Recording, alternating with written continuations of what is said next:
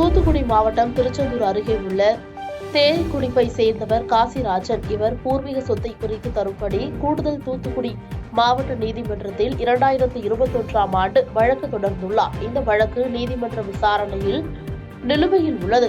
இந்நிலையில் இந்த வழக்கு தொடர்பான நிலத்தில் உடை மரங்களை வெட்டுவதற்காக காசிராஜன் தரப்பு திருச்செந்தூர் தாலுகா காவல் நிலைய ஆய்வாளர் முரளிதரனிடம் மனு கொடுக்கப்பட்டது. இந்த மனுவை விசாரித்த ஆய்வாளர் முரளிதரன் எதிர்த்தரப்பான ஈஸ்வரனை விசாரணைக்கு வரும்படி அழைத்துள்ளார். அந்த விசாரணையின் போது ஈஸ்வரன் தரப்பினர் வழக்கு நீதிமன்றத்தில் உள்ளதால் நீதிமன்ற தீர்ப்புக்கு பின்னர் உடை மரங்களை வெட்டிக் கொள்ளலாம் என தெரிவித்துள்ளனர். ஆனால் ஆய்வாளர் முரளிதரன் ஒருதலைபட்சமாக செயல்பட்டதாக ஈஸ்வரன் தரப்பினரை அவதூறாக பேசியுள்ளார். இதுகுறித்த வீடியோ தற்போது சமூக வலைதளத்தில் வெளியாகி பரபரப்பை ஏற்படுத்தியுள்ளது.